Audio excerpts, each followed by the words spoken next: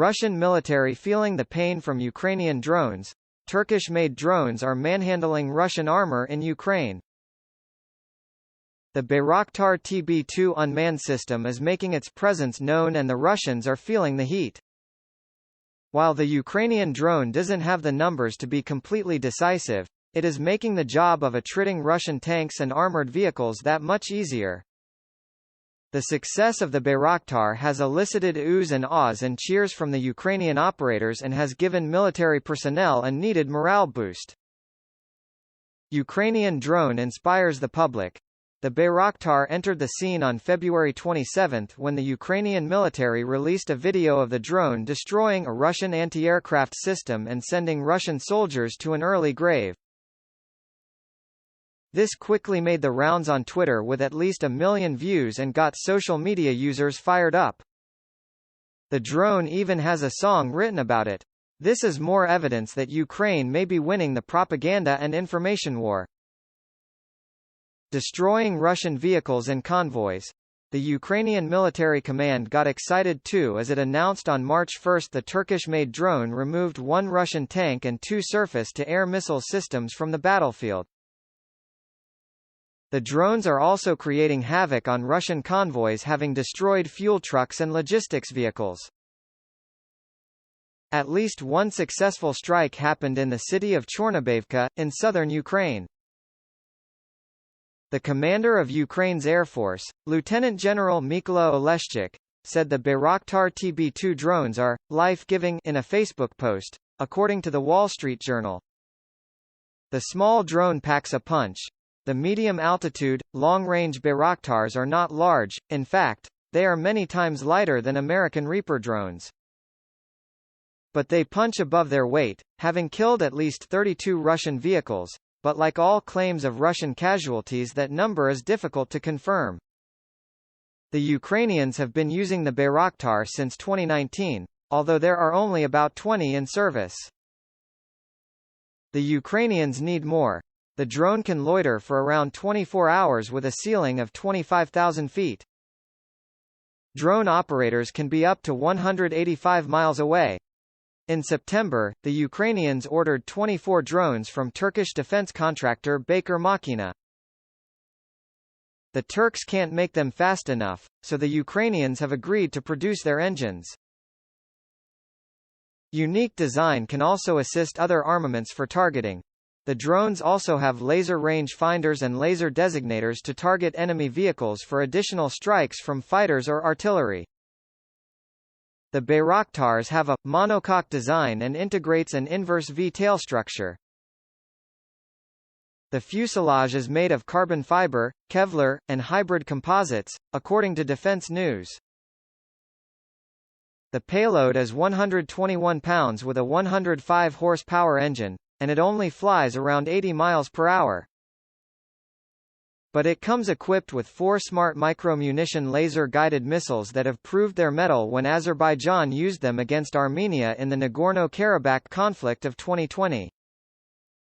Why can't the Russians counter a slow-flying drone? It is surprising the Russians are falling prey to the Bayraktars.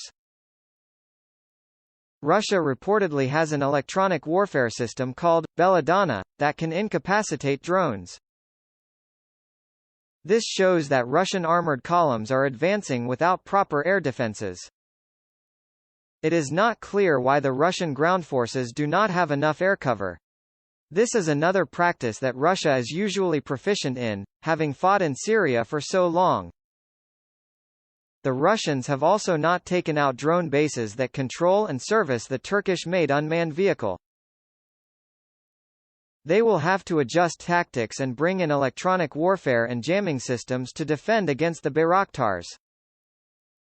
More from 1945. Vladimir Putin is committing genocide in Ukraine.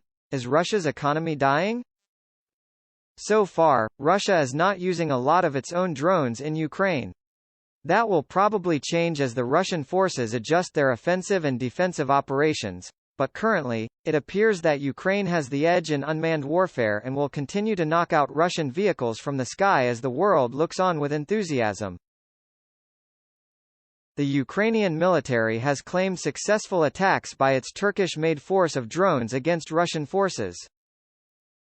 On Sunday, the Armed Forces of Ukraine released footage showing the destruction of armor by a drone, and said it was carried out against a Russian Buk surface-to-air missile system.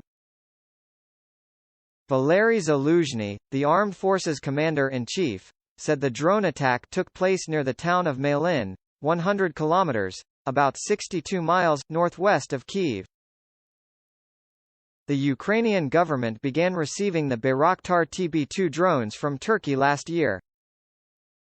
United States Ambassador to the United Nations Linda Thomas-Greenfield said the UN Security Council has taken a critical step in holding Russia accountable for invading Ukraine. Thomas-Greenfield said President Vladimir Putin put Russia's nuclear forces on high alert Sunday morning, even though he is invading a country with no nuclear weapons and is under no threat from NATO, a defensive alliance that will not fight in Ukraine. These are issues that affect all member states.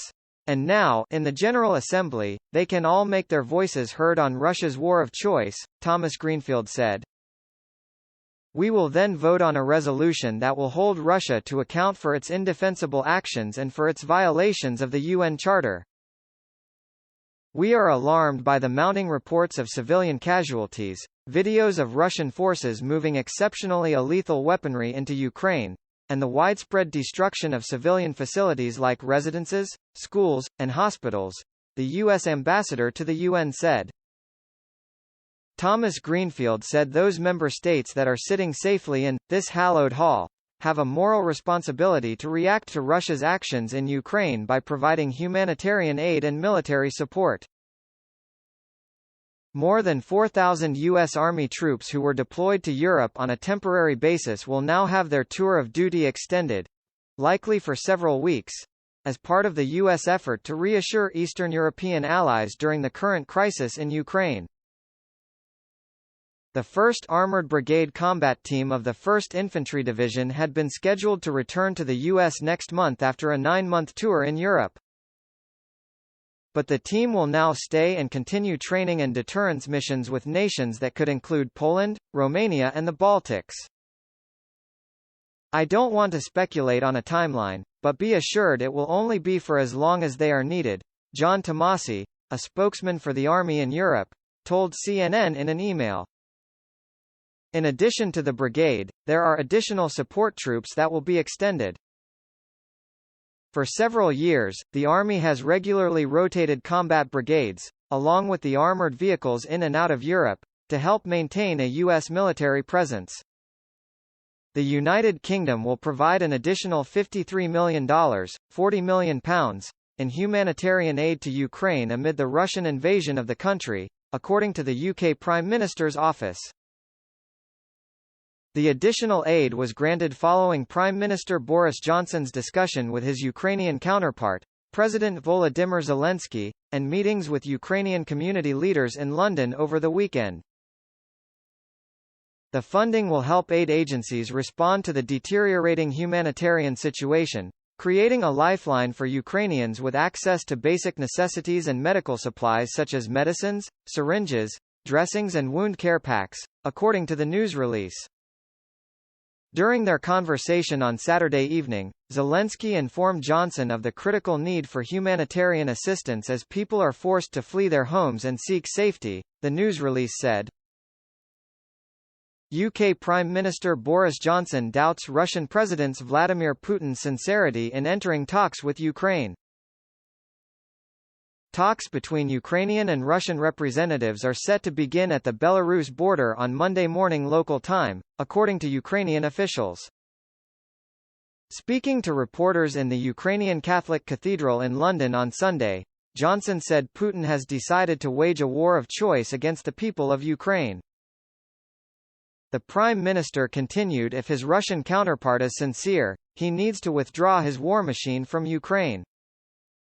Johnson said Putin's decision to place his country's deterrence forces, including nuclear arms, on high alert is a distraction from the reality of what's going on in Ukraine.